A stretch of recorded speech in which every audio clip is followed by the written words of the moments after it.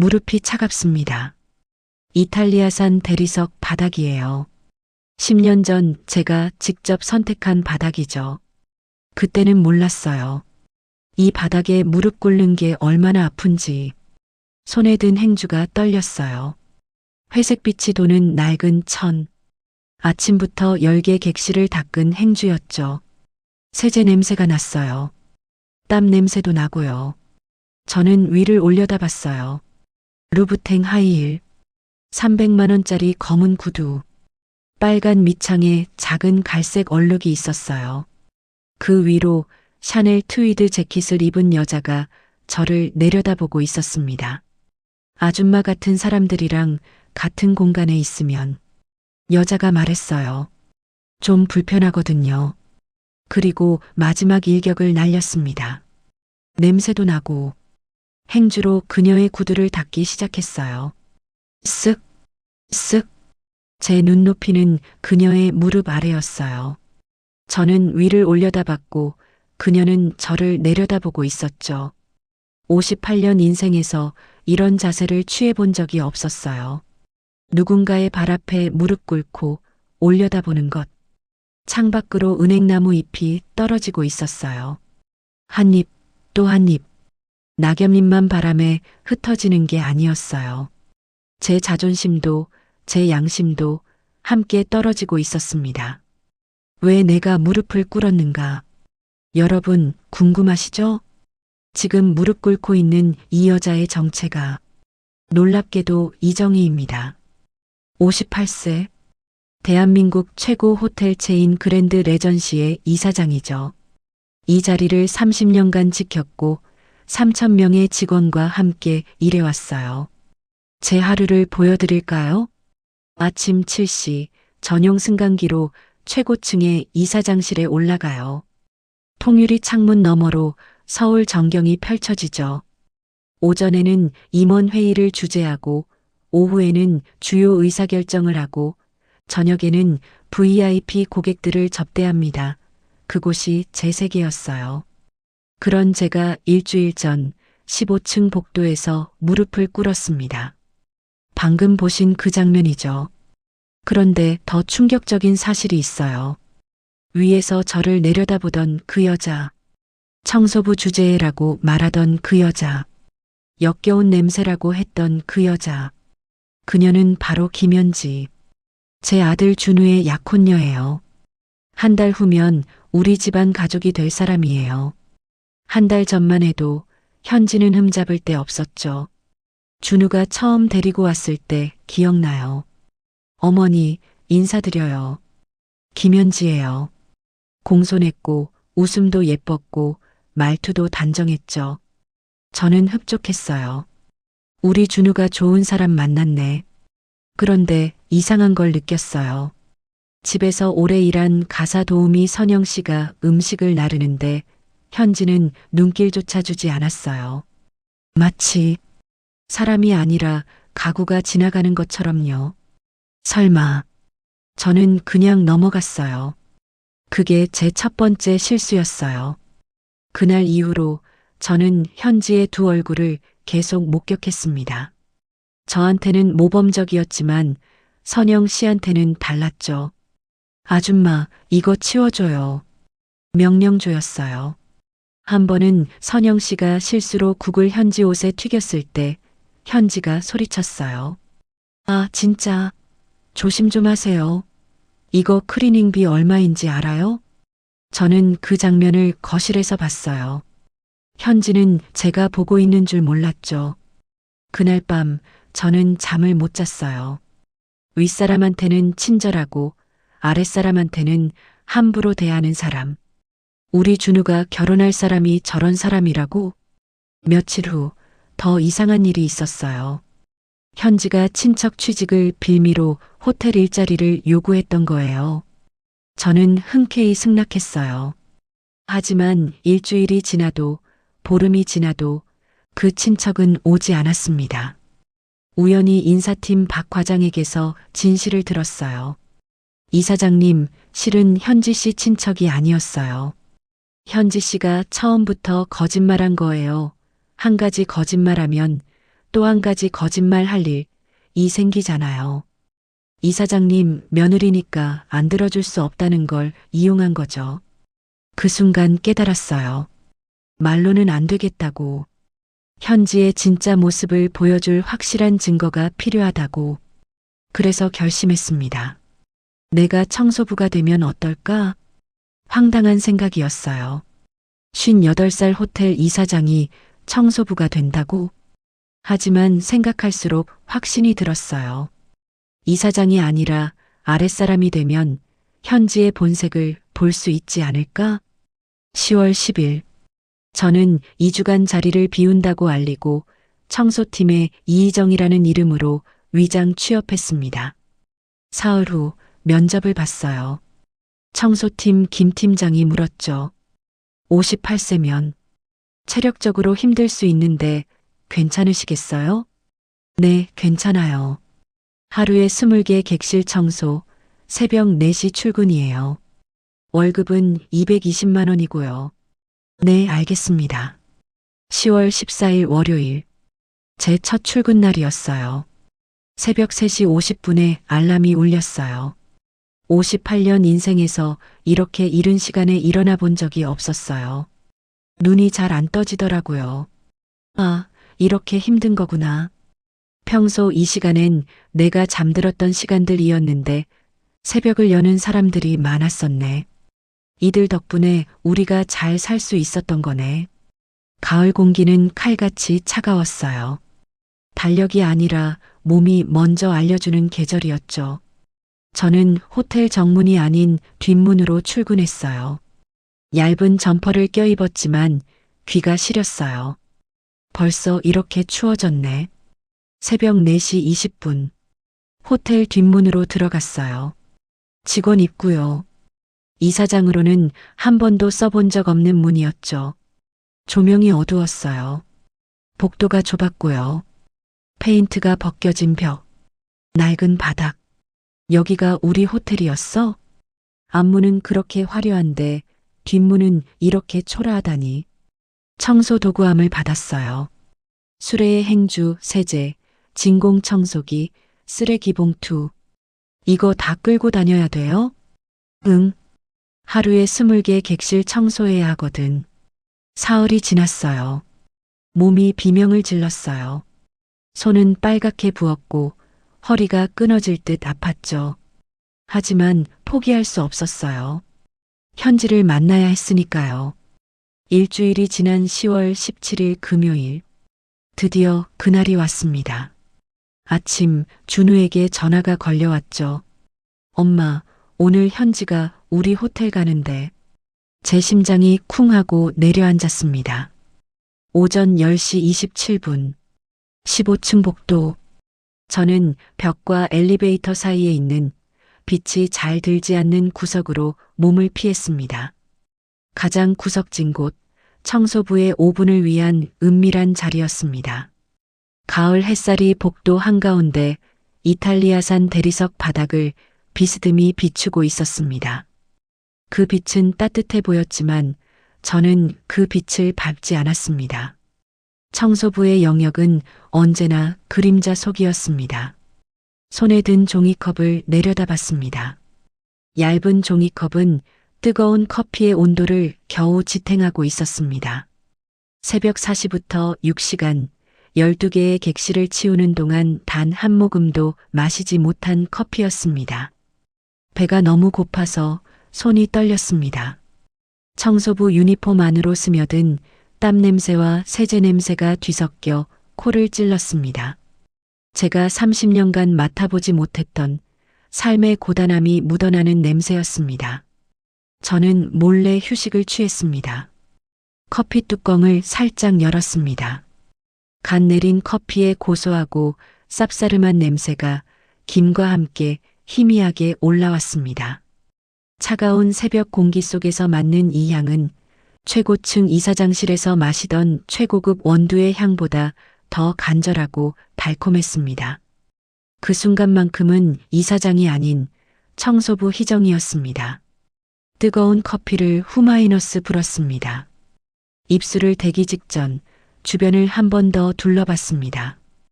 혹시 지나가는 직원이 없는지, 혹은 손님이 나오지 않았는지, 발각되면 안 된다는 숨막히는 긴장감이 목을 졸랐습니다. 저는 굳은 살이 박힌 손으로 종이컵을 꼭 쥐었습니다. 커피 한 모금의 사치, 바로 그때였습니다. 딩동. 저의 짧은 평화를 깨트리는 소리. 15층에 멈춘 엘리베이터가 문을 열었습니다. 저는 반사적으로 몸을 더 벽 쪽으로 붙였습니다. 종이컵을 들고 있는 손을 유니폼 뒤로 감추었습니다. 청소부는 손님 눈에 띄지 않아야 합니다. 그리고 엘리베이터에서 한 여자가 걸어 나왔습니다. 배가 너무 고파서 복도 구석에 숨어 커피를 마시려던 바로 그때였어요. 딩동. 엘리베이터 문이 열렸어요. 샤넬 재킷에 루브탱 하이힐을 신은 김연지가 나왔습니다.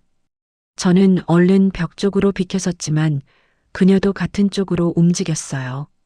철푸덕 부딪혔습니다. 제 손에서 종이컵이 미끄러졌고 뜨거운 커피가 바닥과 그녀의 구두에 튀었습니다. 아, 여자가 비명을 질렀어요. 저는 그제야 제대로 봤어요. 그 여자가 누군지. 김연지였습니다. 제 아들 준우의 약혼녀. 한 달 후면 제 며느리가 될 사람. 심장이 멎는 줄 알았어요. 아줌마, 앞을 똑바로 안 보고 뭐 하는 거예요? 현지의 목소리가 복도에 울렸어요. 죄송합니다. 저는 반사적으로 허리를 90도로 숙였어요. 58년을 살면서 이렇게 고개를 숙여본 적이 없었는데 말이에요. 이것 봐요. 내 구두에 커피 튀었잖아요. 현지의 목소리는 차가웠어요. 가을바람처럼요. 이거 루브탱이에요. 300만 원짜리. 알아요? 현지가 비웃듯 말했어요. 아, 물론 모르시겠죠. 아줌마 월급으로는 평생 모아도 못 살 테니까. 평생 모아도 못 산다. 그 말이 제 가슴에 박혔습니다. 루브탱. 맞아요. 2달 전 제가 준 그 구두였어요. 저는 낡은 행주를 꺼냈고 무릎을 꿇었습니다. 무릎이 바닥에 닿는 순간에 그 차가움. 무릎뼈가 딱딱한 돌에 닿는 그 아픔. 하지만 육체적 고통보다 더 아픈 건 제 눈높이가 현지의 무릎 아래로 내려왔다는 사실이었습니다. 창밖으로 은행나무 잎이 하나 떨어졌어요. 쓱, 쓱. 행주 문지르는 소리만 복도에 울렸어요. 현지는 말없이 저를 내려다보고 있었죠. 말없이. 그 침묵이 너무 길게 느껴졌어요. 10초? 20초? 아니, 영원처럼 느껴졌죠. 제 머릿속에서는 생각들이 빠르게 지나갔어요. 이게 나야? 호텔 체인 이사장이 며느리 앞에서 무릎 꿇고 구두를 닦고 있어? 아니야. 지금 난 이사장이 아니야. 청소부 희정이야. 희정이는 무릎 꿇어야 해. 희정이는 사과해야 해. 근데 왜 이렇게 가슴이 아프지? 얼룩이 지워지자 현지가 한숨을 쉬며 말했습니다. 됐어요. 어차피 아줌마가 닦는다고 깨끗해지겠어요? 근데 아줌마. 현지의 목소리가 더 차갑게 변했어요. 청소부 주제에 복도에서 커피 마시고 다녀요? 청소부 주제에. 그 5글자가 제 귀에 박혔습니다. 넘으면 안 되는 선. 제게도 주제가 있었나 봐요. 규칙도 몰라요? 근무 중에 음료 섭취 금지잖아요. 죄송합니다. 제가 점심을 못 먹었으면 그냥 참으면 되잖아요. 참으면 된다고요. 저는 입술을 깨물었어요. 목이 메어 대답할 수 없었습니다. 여전히 무릎 꿇은 자세였어요. 현지는 제 귀 옆에 얼굴을 가져왔습니다. 속삭이듯 하지만 또렷하게. 참 그리고요. 앞으로 복도에서 저 만나면 비켜서요. 아줌마 같은 사람들이랑 같은 공간에 있으면 좀 불편하거든요. 그리고 마지막 일격을 날렸습니다. 땀 냄새도 나고 저는 무의식적으로 제 유니폼을 쳐다봤어요. 아침에 깨끗하게 입었는데 지금은 여기저기 얼룩이 묻어 있었어요. 땀 냄새도 났을 거예요. 세제 냄새도 나고요. 그게 그렇게 불쾌한 냄새였을까요? 저는 청소하는 사람이었어요. 더러운 걸 치우는 사람. 그래서 냄새가 나는 건 당연한 거 아닌가요? 근데 그게 참아야 할 냄새였나요? 비켜서야 할 사람이었나요? 제 머릿속이 복잡해졌어요. 무릎은 계속 아팠고 마음은 더 아팠어요. 알겠죠? 현지가 다시 물었어요. 네, 알겠습니다. 겨우 그 말을 꺼냈어요. 현지가 만족한 듯 몸을 일으켰어요. 좋아요. 현지가 돌아섰어요. 탁, 탁, 탁. 하이힐 소리가 점점 멀어졌어요. 300만 원짜리 구두 소리. 제가 사준 그 구두 소리. 저는 여전히 무릎 꿇은 채로 그 소리를 들었어요. 딩동, 슝. 엘리베이터 문이 닫혔습니다. 복도가 조용해졌을 때 저는 천천히 일어섰어요. 무릎이 뻣뻣했습니다. 창밖을 봤습니다. 은행나무 잎들이 계속 떨어지고 있었어요. 손에 든 행주를 봤습니다. 커피가 스며들어 갈색으로 젖어 있었어요. 아니, 행주가 젖은 게 아니었습니다. 제 눈에서 눈물이 떨어지고 있었습니다. 이게 우리 아들이 결혼하려는 여자의 진짜 얼굴이구나. 이것이 내가 일궈온 이 호텔에서 매일 벌어지는 일이었구나. 나는 아무것도 몰랐구나. 그 진실이 가슴에 박혔어요. 저는 한참을 그 자리에 서 있었어요. 무릎 꿇었던 그 자리에. 무릎이 아팠어요. 빨갛게 변해 있었죠. 하지만 더 아픈 건 제 자존심이었어요. 아니, 제 양심이었습니다. 최고층 이사장실에서는 15층 복도가 보이지 않았구나. 여러분, 사람을 사람으로 보지 않는 것 그 잔혹함을 저는 오늘 온몸으로 경험했습니다. 그것이 얼마나 폭력적인지 낙엽처럼 떨어지는 건 나뭇잎만이 아니었습니다. 사람의 존엄성도 함께 떨어지고 있었습니다. 이 모든 진실을 최고층 이사장실이 아닌 15층 복도에서 마주한 이정희. 나는 이 상황을 어떻게 뒤집었을까요? 그런데 여러분, 궁금하시죠? 그 다음에 제가 뭘 했는지, 현지한테 어떻게 진실을 밝혔는지, 그리고 이 이야기가 어떻게 끝나는지, 놀라운 이야기가 기다리고 있어요.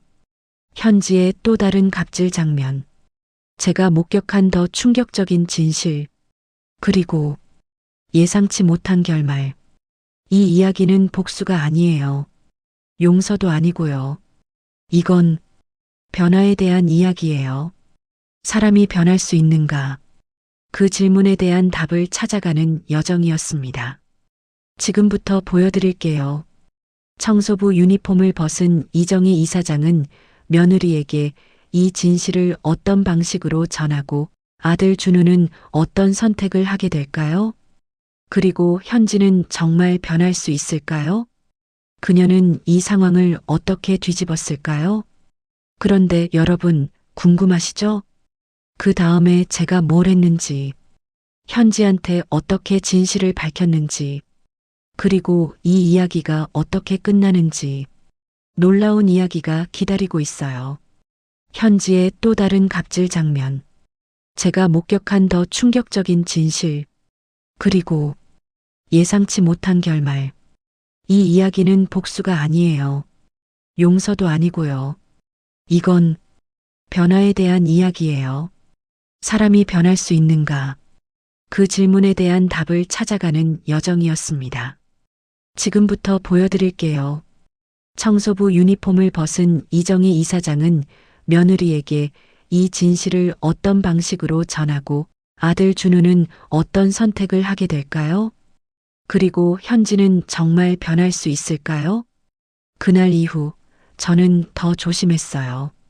현지한테 들키면 안 되니까요. 15층은 피했고 일주일이 더 지났어요. 10월 24일 금요일. 저는 12층을 맡았어요. 점심시간이 다가올 무렵 복도에서 날카로운 여자 목소리가 들렸어요. 그러니까 제대로 좀 하세요. 심장이 철렁했어요. 현지였어요. 저는 급하게 모퉁이에 몸을 숨겼습니다. 살짝 고개를 내밀어 봤어요. 현지 앞에는 수미 언니가 고개를 숙인 채 서 있었어요. 죄송합니다, 손님. 수미 언니의 목소리가 떨리고 있었어요. 밀리면 어떡해요? 내가 지금 급하게 나가야 하는데. 주변의 다른 손님들도 쳐다보고 있었어요. 수미 언니는 창피해하는 게 보였어요. 그때였어요. 현지가 갑자기 수미 언니의 청소 카트를 걷어찼습니다. 쿵! 세제병이 바닥에 떨어지고 파란 액체가 쏟아졌어요. 저는 주먹을 꽉 쥐었어요. 저걸 그냥 봐야 하나?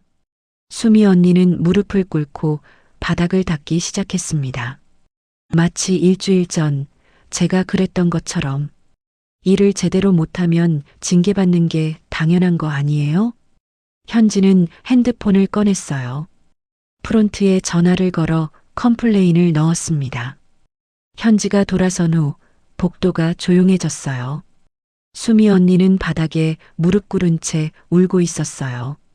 어깨가 떨리고 있었습니다.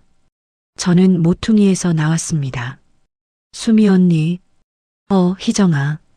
수미 언니가 재빨리 눈물을 닦았어요. 저는 무릎을 꿇고 함께 바닥을 닦았어요. 한참을 말없이 닦았습니다. 고맙다, 희정아. 수미 언니가 떨리는 목소리로 말했어요. 나 5년 동안 일했어. 한 번도 징계받은 적 없어. 언니 잘못이 아니잖아요. 근데 징계받으면 월급이 깎여. 30만 원. 30만 원. 우리 딸 대학생 생활비가 딱 30만 원인데 이번 달은 못 보내겠네. 수미 언니의 눈에 눈물이 고였어요.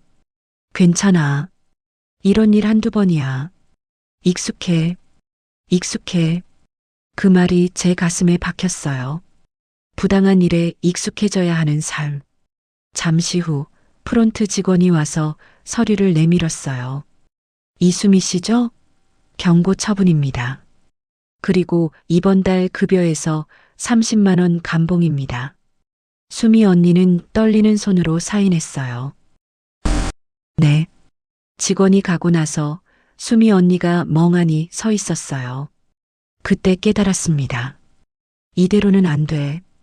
현지와의 관계, 이 호텔의 시스템 모두 바꿔야 해. 그날 밤. 저는 잠을 못 잤어요. 수미 언니의 얼굴이 자꾸 떠올랐어요. 징계 서류에 사인하던 떨리는 손. 익숙해라고 말하던 쓴웃음. 새벽 2시. 저는 침대에서 일어나 창문을 열었어요. 가을밤 공기가 차가웠어요. 멀리 호텔 건물이 보였어요. 불빛이 반짝이고 있었죠. 30년 동안 저 건물에서 뭘 했지? 돈을 벌었죠. 명예를 얻었죠. 하지만 사람을 봤나? 아니었어요. 저는 사람을 보지 않았어요. 숫자를 봤어요. 매출, 이익, 점유율. 바보같이 살았구나. 높은 곳에 올라갈수록 낮은 곳이 안 보이더라고요. 결심했어요. 이제는 끝내자. 현지한테 진실을 말하자. 그리고 호텔을 바꾸자. 제3학 63층 진실의 심판. 다음 날 10월 25일 토요일 저는 청소부 유니폼을 벗었습니다. 샤워를 하고 이사장 정장을 입었습니다. 거울을 봤습니다. 이게 진짜 나다. 63층 이정희이자 15층 희정이다. 저는 곧바로 63층 이사장실로 올라갔습니다. 비서 김 과장이 깜짝 놀랐어요. 이사장님, 어디 가셨어요? 미안해요. 급한 일이 있었어요. 저는 단호하게 말했어요. 준우와 김현지 씨를 오늘 저녁 7시 이사장실로 부르세요. 무슨 일로? 결혼 최종 의논이라고 하세요. 네, 알겠습니다. 그리고 저는 잠깐 멈췄어요. 15층과 12층 복도 CCTV 파일을 즉시 준비하세요. 10월 17일과 24일 것으로요. CCTV요? 무슨 일이? 나중에 설명할게요. 지금은 그냥 준비해 주세요. 오후 7시 문이 열렸어요. 준우와 현지가 들어왔습니다. 엄마, 무슨 일이에요? 결혼 최종 의논이라고 해서 왔는데. 준우가 물었어요. 현지는 밝게 웃으며 인사했어요. 어머님, 안녕하세요. 오랜만이에요. 저는 소파에 앉으라고 손짓했어요. 둘이 나란히 앉았어요. 저는 그들 앞에 섰습니다. 현지 씨, 네, 어머님. 저는 천천히 입을 열었어요. 나 이틀 전에 봤죠? 12층에서. 현지의 미소가 굳었어요. 12층이요? 저는 어머님을 못 뵀는데요. 청소부한테 소리 지르고 카트 걷어차던 거 다 봤어요. 그리고 일주일 전에도 봤어요. 15층에서 커피가 구두에 튀었다고 청소부를 무릎 꿇게 하고 냄새 난다고 했던 거 다 들었어요. 현지의 얼굴이 하얗게 질렸어요. 준우가 끼어들었어요. 엄마, 무슨 소리예요? 현지가 언제? 조용히 해, 준우야. 제 목소리가 차가웠어요. 엄마 말 다 듣고 말해. 저는 현지를 똑바로 봤어요. 그날 15층에서 무릎 꿇고 있던 청소부가 누군지 알아요? 잠시 멈췄어요. 그리고 천천히 또렷하게 말했습니다. 접니다. 침묵. 준우의 입이 벌어졌어요. 현지는 얼굴이 창백해졌습니다. 뭐라고요? 현지가 떨리는 목소리로 물었어요. 내가 2주 동안 청소부로 일했어요. 이 호텔에서 당신의 진짜 모습을 보고 싶었거든요. 엄마, 준우가 벌떡 일어났어요. 왜 그런 짓을 하신 거예요? 짓? 저는 준우를 봤어요. 청소부로 일하는 게 짓이야? 그게 아니라. 그럼 뭐야? 청소부는 사람 아니야? 준우가 말을 잇지 못했어요. 저는 리모컨을 들었어요. 벽면에 대형 스크린이 켜졌습니다. 보세요. 이게 10월 17일 15층 복도 CCTV예요. 화면에 나타났어요.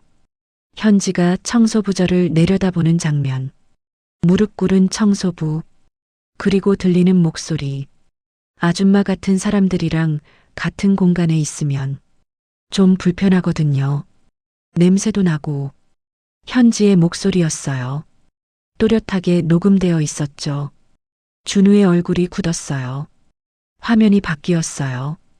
이건 10월 24일 12층 복도예요. 현지가 카트를 걷어차는 장면. 수미 언니가 무릎 꿇는 장면. 일을 제대로 못하면 징계받는 게 당연한 거 아니에요? 현지의 차가운 목소리. 화면이 꺼졌어요. 침묵이 흘렀습니다. 저는 현지를 봤어요. 현지 씨, 물어볼게요. 나한테 한 말이 아니라 다른 청소부한테 했으면 괜찮다는 거예요? 현지는 울면서 대답하지 못했어요. 죄송해요. 정말 죄송해요. 나에게 사과할 일이 아니에요. 저는 단호하게 말했어요. 30만 원 감봉당한 수미 언니에게 사과해야죠. 당신 때문에 딸에게 생활비를 못 보내게 된 그 사람한테. 저는 책상 위의 서류를 가리켰어요. 이 호텔은 30년 동안 건물만 키웠어요. 사람을 보지 않았죠. 높은 곳에서는 낮은 곳이 안 보여요. 무릎 꿇은 사람의 눈물이 안 보여요. 그게 엄마의 잘못이었어요. 저는 현지를 똑바로 봤어요. 하지만 현지 씨, 당신은 달라요. 당신은 처음부터 사람을 사람으로 안 봤어요. 나한테는 완벽했지만 선영 씨, 수미 언니, 15층 청소부에게는 달랐어요. 사람은요, 현지 씨. 저는 천천히 말했어요. 위 사람한테 어떻게 대하느냐로 평가하는 게 아니에요. 아래 사람한테 어떻게 대하느냐로 평가해요. 그 말을 하는 순간 준우가 고개를 들었습니다. 뭔가 깨달은 표정이었어요. 현지가 울면서 말했어요. 어머님, 제가 변할게요. 정말 변할게요. 사람의 본성은 쉽게 안 변해요. 저는 고개를 저었어요. 돈은 사람의 본성을 드러낼 뿐이에요. 현지 씨는 본래 그런 사람이에요. 나한테만 감췄던 거죠. 준우가 일어났어요. 엄마, 그럼 결혼 반대하시는 거예요? 저는 잠시 망설였어요. 결정은 내가 해. 네. 엄마는 반대해. 하지만 내 인생이야. 내가 선택해. 저는 준우를 똑바로 봤어요. 다만 이것만 기억해. 현지 씨가 우리 집 며느리가 되면 선영 씨도 모시고 살아야 해. 호텔 직원들도 가족처럼 대해야 하고. 그게 가능하겠어? 지금 모습으로? 준우는 대답하지 못했어요. 현지는 계속 울고 있었어요. 저는 창밖을 봤어요. 그리고 우리 호텔은 이제 바뀔 거야. 손님이라고 해서 직원을 함부로 대하면 안 돼. 그런 손님은 우리가 거절할 거야. 저는 단호하게 말했어요. 이게 새로운 그랜드 레전시의 원칙이야. 가봐요, 둘이. 제가 말했어요. 생각할 시간을 주겠어요. 이번 주말까지 결정해. 둘이 나갔어요. 문이 닫혔습니다. 저는 소파에 앉아 긴 한숨을 쉬었습니다. 이제 시작이야. 호텔을 바꾸는 건 그게 더 큰 싸움이 될 거야. 하지만 저는 준비됐어요. 무릎 꿇었던 그 경험이 이정희 이사장을 완전히 새로운 싸움으로 이끌고 있었습니다. 다음 화 예고. 그런데 여러분, 놀라운 일이 일어납니다. 며칠 후 준우가 제게 전화를 했어요. 그리고 예상치 못한 제안을 했죠. 엄마, 저 현지랑 결혼하고 싶어요. 하지만 조건이 있어요. 그 조건이 뭐였을까요? 그리고 현지는 정말 변할 수 있을까요? 다음 이야기에서는 더 놀라운 반전이 기다리고 있습니다.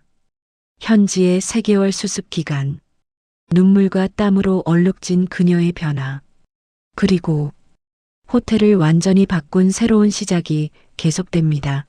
그로부터 3일이 지났어요. 10월 28일 화요일 오후 3시, 제 휴대폰이 울렸습니다. 준우였어요. 엄마, 목소리가 무거웠어요. 응, 준우야. 제 심장이 두근거렸어요. 엄마, 저 결심했어요. 파혼하겠다는 건가? 저 현지랑 결혼하고 싶어요. 순간 말문이 막혔어요. 엄마, 들어보세요. 끝까지. 준우의 목소리는 침착했지만 떨렸어요. 3일 동안 정말 많이 생각했어요. 그냥 끝낼까? 여기서 정리할까? 근데 엄마, 현지를 봤어요. CCTV 보고 난 후에 현지를요. 어땠는데? 완전히 무너져 있었어요. 준우가 잠시 말을 멈췄어요. 그날 밤 호텔에서 나와서 차 안에서 현지는 한마디도 못했어요. 그냥 계속 울기만 했어요. 다음 날 새벽 5시에 전화가 왔어요.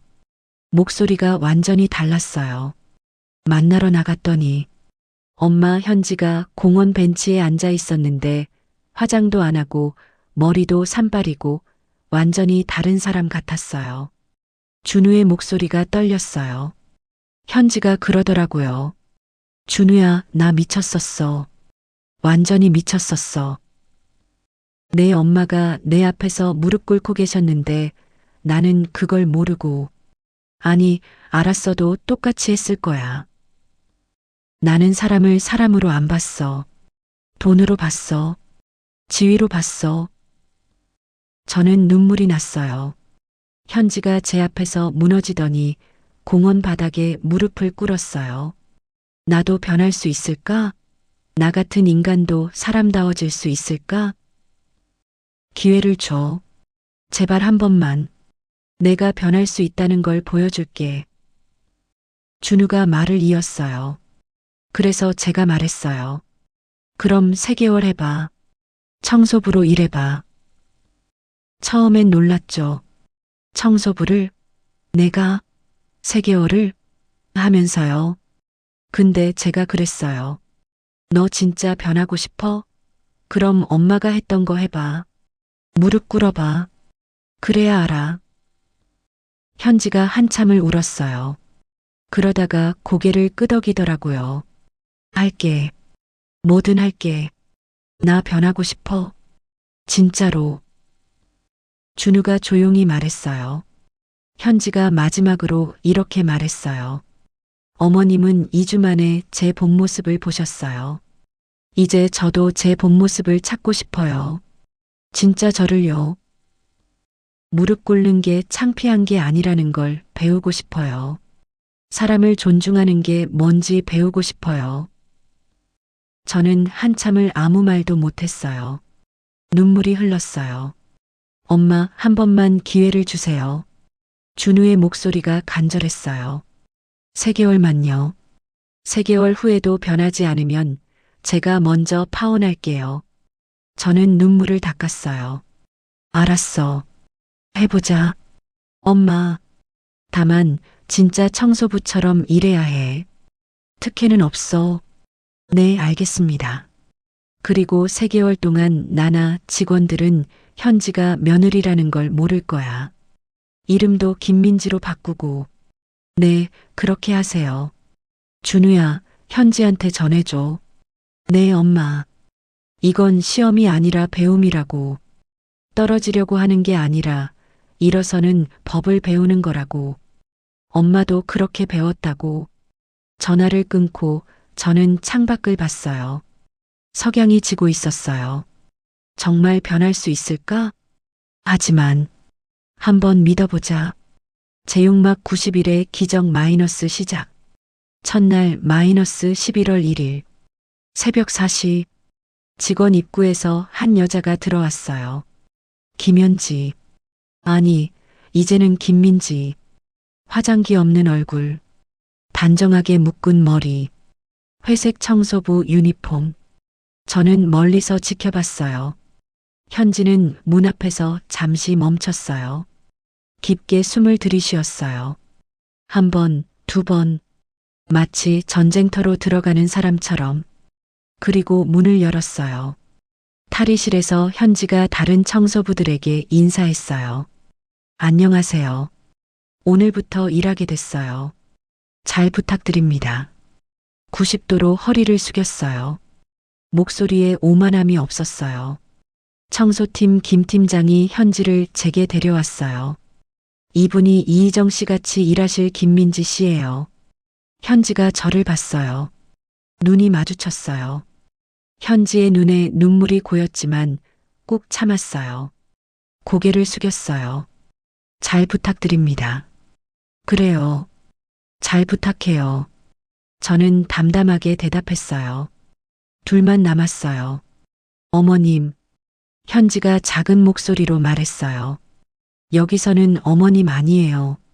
희정 언니라고 불러요. 네. 그리고 말라요. 우리 같은 동료니까. 알겠어요, 언니. 현지가 입술을 깨물었어요. 며느리가 시어머니한테 반말. 쉬운 일이 아니었겠죠. 첫날이 시작됐어요. 자, 이게 청소도구함이야. 행주, 세제, 진공청소기. 다 여기 있어. 네.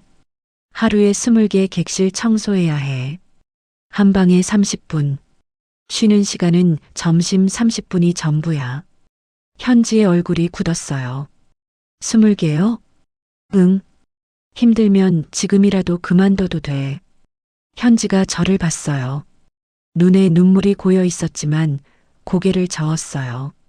할 수 있어요. 첫 객실. 먼저 침대 시트 갈아. 이렇게. 저는 시범을 보였어요. 현지가 따라했어요. 서툴렀어요. 시트가 제대로 안 펴졌어요. 다시 해. 구김없이 펴야 해. 네. 한 번, 두 번, 세 번. 겨우 됐어요. 이미 땀이 나기 시작했어요. 화장실, 변기, 세면대, 욕조, 거울. 다 닦아야 해. 현지는 장갑을 끼고 변기를 닦기 시작했어요. 손이 떨렸어요. 얼굴이 일그러졌어요. 역겨워하는 게 보였어요. 하지만 멈추지 않았어요. 이 시간이 지났어요. 겨우 3개 객실을 끝냈어요. 언니, 너무 힘들어요. 현지의 이마에 땀이 줄줄 흘렀어요. 이제 겨우 3개야.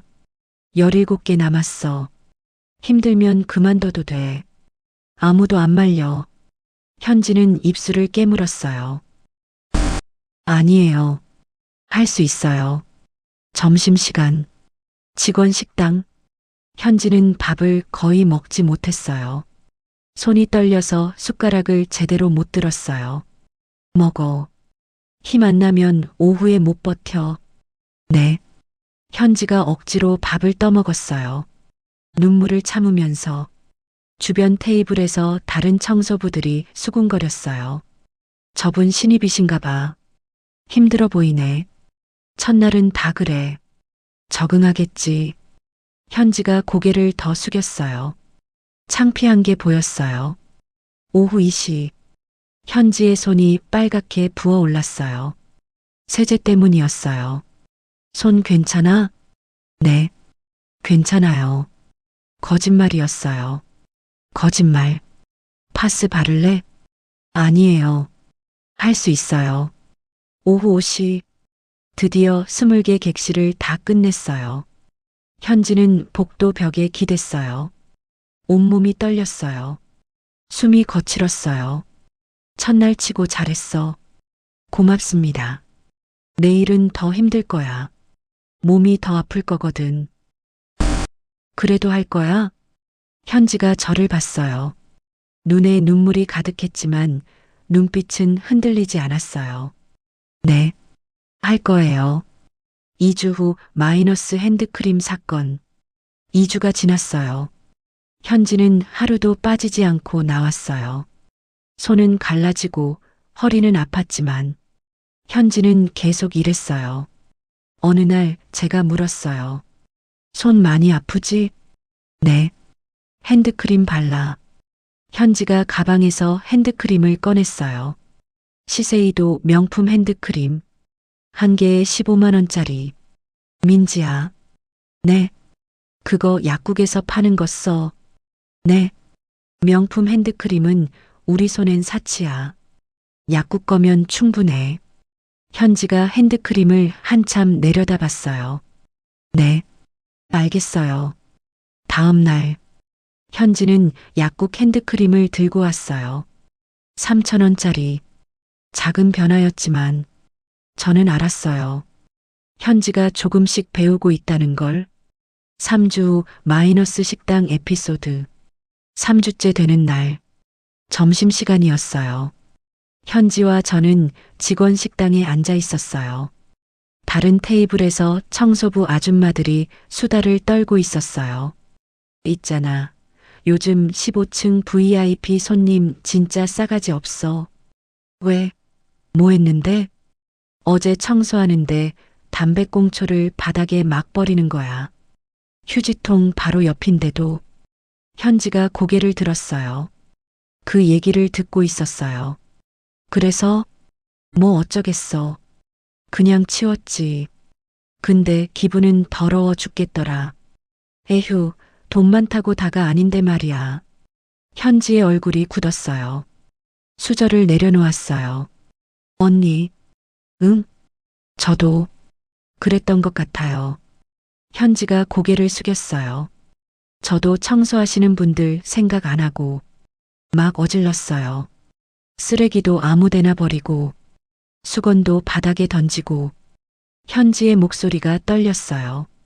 지금 생각하면 너무 부끄러워요. 이제 알겠어요. 누군가는 제가 버린 걸 치워야 한다는 거. 그게 얼마나 기분 나쁜 일인지. 현지가 눈물을 닦았어요. 언니, 저 정말 나쁜 사람이었어요. 저는 현지의 손을 잡았어요. 알아. 내가 변하고 있다는 거. 정말요? 응. 처음과는 완전히 달라. 제7막 용서의 순간. 4주 후 마이너스 12층 복도. 11월 21일. 현지와 저는 12층을 맡았어요. 현지가 멈췄어요. 언니, 여기. 응. 여기가 내가 수미 언니한테 그랬던 곳이야. 현지는 그 자리에 멍하니 서 있었어요. 지금 기분이 어때? 부끄러워요. 현지의 목소리가 떨렸어요. 제가 어떻게 저럴 수 있었을까요? 이 일이 얼마나 힘든지 이제 알겠어요. 현지의 눈에 눈물이 고였어요. 매일 새벽 4시에 일어나서 밤 6시까지 일하는 게 얼마나 힘든지. 손이 갈라지고 허리가 아프고 무릎이 시린 게 얼마나 고통스러운지. 그런데 저는 그런 사람한테 소리 지르고 카트 걷어차고 현지가 바닥을 봤어요. 여기서 수미 언니가 주저앉아서 닦았겠죠. 제가 걷어찬 세제를. 제가 정말 나쁜 사람이었어요. 현지가 울기 시작했어요. 언니, 제가 수미 언니한테 사과하고 싶어요. 그래. 그럼 오늘 해. 네. 수미 언니도 오늘 12층이야. 곧 올 거야. 30분 후. 복도 끝에서 청소 카트 소리가 들렸어요. 수미 언니였어요. 현지의 몸이 굳었어요. 손이 떨렸어요. 희정아. 오늘 12층이구나. 수미 언니가 환하게 웃으며 다가왔어요. 응, 언니. 그리고 이분 소개할게. 민지야. 한 달 전에 들어온 신입이야. 현지가 고개를 숙였어요. 90도로. 안녕하세요. 김민지입니다. 수미 언니가 현지를 봤어요. 잠깐 이상한 표정을 지었어요. 어디서 본 것 같은데. 현지는 더 깊이 고개를 숙였어요. 죄송합니다. 응? 뭐가? 제가 얼마 전에 언니한테 정말 실례를 했어요. 현지가 고개를 들었어요. 눈에 눈물이 가득했어요. 저예요. 그날 언니 카트 걷어찬 손님. 수미 언니의 얼굴이 굳었어요. 정말 죄송해요. 제가 그때. 현지의 목소리가 떨렸어요. 제가 정말 몰랐어요. 이 일이 얼마나 힘든지, 언니가 얼마나 최선을 다하는지. 지금은 저도 청소부예요. 한 달 동안 일하면서 깨달았어요. 제가 얼마나 나쁜 사람이었는지. 수미 언니는 말없이 현지를 봤어요. 용서해달라는 말은 안 할게요. 현지가 허리를 더 깊이 숙였어요. 제가 한 짓은 용서받을 수 없으니까. 다만 정말 죄송하다고 말하고 싶었어요. 현지가 주머니에서 봉투를 꺼냈어요. 그리고 언니가 받으신 징계. 30만 원. 제가 갖고 싶어요. 수미 언니가 봉투를 봤어요. 한참을 긴 침묵이 흘렀어요. 고개 들어. 수미 언니가 입을 열었어요. 고개 들어, 민지야. 현지가 천천히 고개를 들었어요. 눈물이 흐르고 있었어요. 수미 언니가 봉투를 도로 내밀었어요. 이건 받을 수 없어. 하지만 사람은 누구나 실수해. 수미 언니가 말했어요. 중요한 건 그 실수를 깨닫고 바꾸려고 노력하는 거야. 너 지금 그러고 있잖아. 청소부로 일하면서. 그걸로 됐어. 더 이상 사과하지 마. 수미 언니가 손을 내밀었어요. 같이 일하자. 동료로. 현지가 그 손을 잡았어요. 두 손으로. 고맙습니다. 정말 고맙습니다. 현지가 울면서 말했어요. 두 사람은 한참을 손을 잡고 있었어요. 저는 그 모습을 보며 눈물을 훔쳤어요. 변했구나. 진짜 변했어. 제8막 마지막 시험. 3개월 후 마이너스 2월 1일. 3개월이 지났어요. 현지의 마지막 출근 날이었어요. 현지는 완전히 달라져 있었어요. 손은 굳은 살로 덮여 있었어요. 얼굴은 화장기 없이 수수했어요. 하지만 눈빛은 맑았어요. 그날 예상치 못한 일이 일어났어요. 현지와 저는 15층을 맡았어요. 바로 그 복도, 제가 무릎 꿇었던 곳, 객실 청소를 하고 있는데 복도에서 소리가 들렸어요. 야, 청소 아줌마, 여기 좀 봐요. 나가봤어요. 20대로 보이는 젊은 여자가 서 있었어요. 명품 옷에 명품 가방. 뭐 도와드릴까요? 현지가 공손하게 물었어요. 내가 분명히 수건 5장 달라고 했는데 3장밖에 없어요. 죄송합니다. 제가 지금 바로 가져다 드릴게요.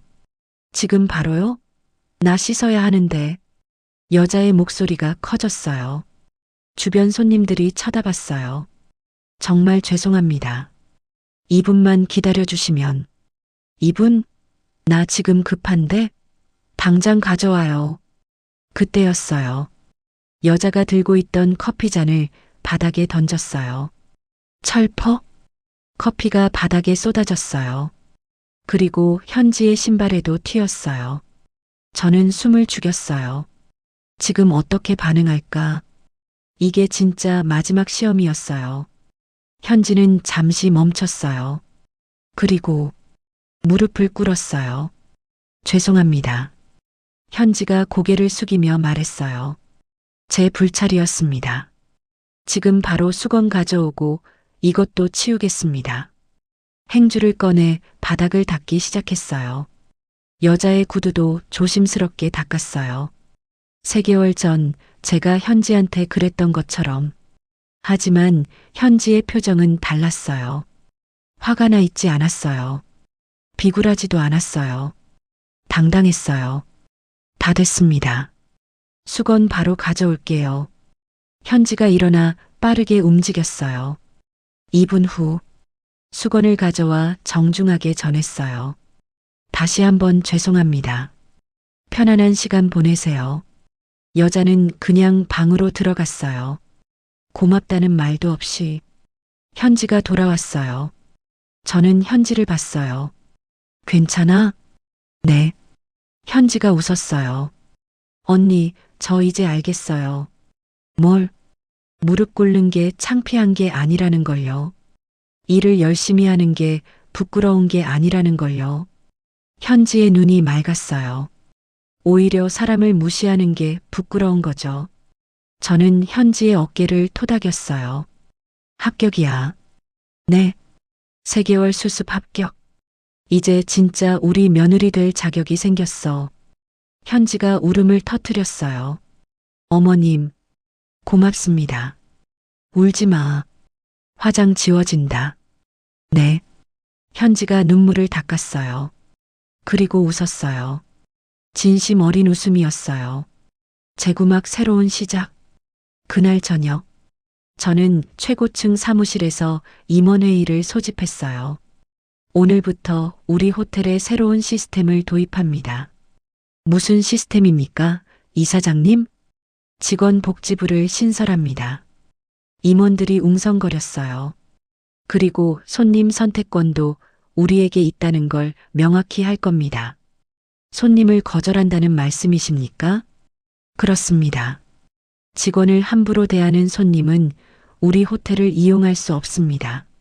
하지만 이사장님, 그러면 매출보다 사람이 중요합니다. 저는 단호하게 말했어요. 사람이 떠나면 건물은 그냥 건물일 뿐입니다. 사람이 재산입니다. 청소팀 급여를 20% 인상합니다. 야간 수당도 추가하고요. 이사장님, 직원 휴게실도 새로 단장합니다. 더 이상 낡은 곳에서 쉬게 할 수 없습니다. 수익은 제가 책임지겠습니다. 여러분은 사람만 챙기세요. 임원들은 놀란 표정이었지만 아무도 반대하지 않았어요. 3개월 후 5월, 놀라운 일이 일어났어요. 직원 만족도가 30% 상승했어요. 퇴사율은 50% 감소했어요. 그리고 더 놀라운 건 호텔 평점이 올라갔어요. 고객들이 말했어요. 직원들이 행복해 보여서 좋았어요. 서비스가 진심으로 느껴졌어요. 매출도 오히려 늘었어요. 사람을 먼저 생각하니 서비스가 좋아졌고, 서비스가 좋아지니 손님이 늘었어요. 제신막 새로운 출발. 결혼식 마이너스 6월 15일. 준우와 현지의 결혼식이었어요. 하지만 특별한 결혼식이었어요. 신랑 신부가 직접 하객들을 맞이했어요. 그리고 하객 중에는 수미 언니가 있었어요. 청소팀 직원들이 모두 있었어요. 현지가 수미 언니에게 꽃다발을 전했어요. 언니 와주셔서 감사해요.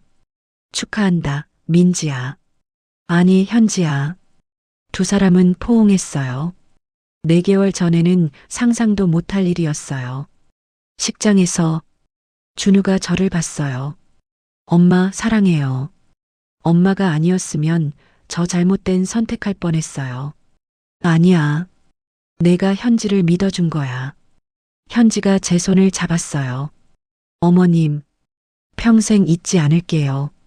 15층 복도에서 무릎 꿇었던 그날을 나도 잊지 않을게. 내가 변한 모습을. 신혼여행이자 유학 마이너스 결혼식 다음 날. 결혼식 다음 날. 준우와 현지가 제 사무실로 왔어요. 엄마 말씀드릴 게 있어요. 준우가 진지하게 말했어요.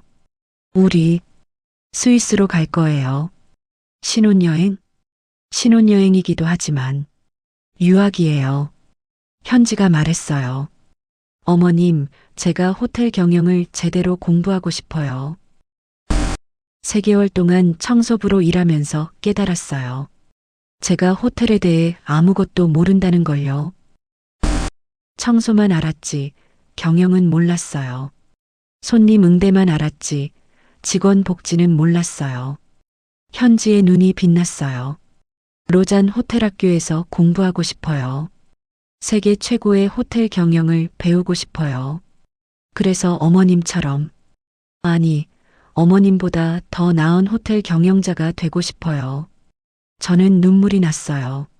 얼마나 갈 건데? 2년이요. 준우가 말했어요. 2년? 네. 저도 같이 가요. 현지 옆에서 돕고 저도 호텔 운영 공부할 거예요. 엄마가 30년 동안 혼자 짊어지셨잖아요. 이제는 우리가 같이 짊어지고 싶어요. 저는 한참을 아무 말도 못했어요. 눈물만 흘렀어요. 좋아. 가거라. 엄마. 다녀와. 그리고 배워와. 세계 최고를. 네. 현지가 제게 다가와 안겼어요. 어머님 고맙습니다. 저한테 기회를 주셔서. 아니야. 내가 스스로 잡은 거야. 2년 후에 돌아올게요. 그때는 정말 멋진 모습으로요. 기다릴게. 출국 마이너스 6월 20일. 인천공항. 저는 준우와 현지를 배웅했어요. 엄마 잘 다녀올게요. 그래. 건강 챙기고. 엄마도 무리하지 마세요.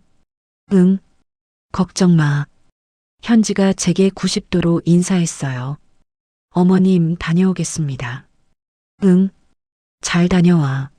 어머님. 응. 15층 복도. 가끔 지나가 보세요. 현지가 웃었어요. 제가 무릎 꿇었던 그 자리요. 잊지 말라고 스스로에게 새긴 그 자리요. 그래. 잊지 않을게. 저도 스위스에서 매일 생각할게요. 그 자리를. 둘이 출국장으로 들어갔어요. 손을 흔들었어요. 저는 그 모습을 보며 눈물을 닦았어요. 잘 다녀와, 우리 아이들. 에필로그 2년 후. 2027년 6월. 2년이 지났어요. 인천공항. 도착장. 저는 준우와 현지를 기다리고 있었어요. 문이 열렸어요. 준우와 현지가 나왔어요. 달라져 있었어요. 눈빛이 더 성숙해졌어요. 더 당당해졌어요. 엄마. 준우가 달려왔어요. 어머님, 현지도 뛰어왔어요. 세 사람은 포옹했어요. 한참을. 잘 다녀왔어? 네, 엄마. 정말 많이 배웠어요. 현지는? 현지가 가방에서 증서를 꺼냈어요. 어머님, 수석으로 졸업했어요. 뭐? 수석이요. 전교 1등으로요. 저는 놀라서 현지를 봤어요. 현지가 웃었어요. 매일 15층 복도를 생각했어요. 그 자리가 저를 깨어있게 했어요. 그리고 현지가 또 다른 서류를 꺼냈어요. 스위스 호텔 체인에서 스카우트 제의가 왔어요. 근데 거절했어요. 왜? 제 자리는 여기니까요. 그랜드 레전시니까요. 현지가 제 손을 잡았어요. 어머님과 함께 만들어갈 우리 호텔이니까요. 복지부 이사 취임 마이너스 그날 저녁. 저는 임원회의를 소집했어요. 오늘 여러분께 소개할 사람이 있습니다. 우리 호텔 복지부 신임 이사입니다. 문이 열렸어요. 현지가 들어왔어요. 임원들이 놀랐어요. 김현지입니다. 이정희 이사장의 며느리이자 앞으로 이 호텔의 복지를 책임질 복지부 이사입니다. 현지가 정중하게 인사했어요. 잘 부탁드립니다. 그런데 이사님, 한 임원이 물었어요. 복지부 이사로서 가장 먼저 하실 일이 뭡니까? 현지가 웃었어요. 현장에 가는 거요. 15층 복도부터요. 15층 복도요? 네. 제가 시작한 곳이니까요. 3년 후 마이너스 2030년. 그랜드 레전시 호텔은 세계 3대 호텔 중 하나가 됐어요. 하지만 유명해진 이유는 시설 때문이 아니었어요. 직원을 가장 존중하는 호텔. 그게 우리의 명성이었어요. 각국 호텔들이 벤치마킹하러 왔어요. 어떻게 이런 시스템을 만드셨습니까? 저는 항상 같은 대답을 했어요. 무릎을 꿇어봤습니다. 네. 높은 곳에만 있지 말고 낮은 곳으로 내려가 보세요. 그럼 보입니다. 현지는 매일 아침 현장을 돌았어요. 청소팀, 주방, 경비실, 프런트, 모든 곳을 다녔어요. 어느 날 현지가 제 사무실로 왔어요. 어머님, 오늘 15층 지나가다가 그 자리 봤어요. 그 자리? 제가 어머님한테 무릎 꿇게 했던 곳이요. 그 자리 지나갈 때마다 생각해요. 현지가 웃었어요. 다시는 그런 사람이 되지 말자고. 그리고 낮은 곳을 잊지 말자고. 저는 현지의 손을 잡았어요. 잘 컸다, 우리 며느리.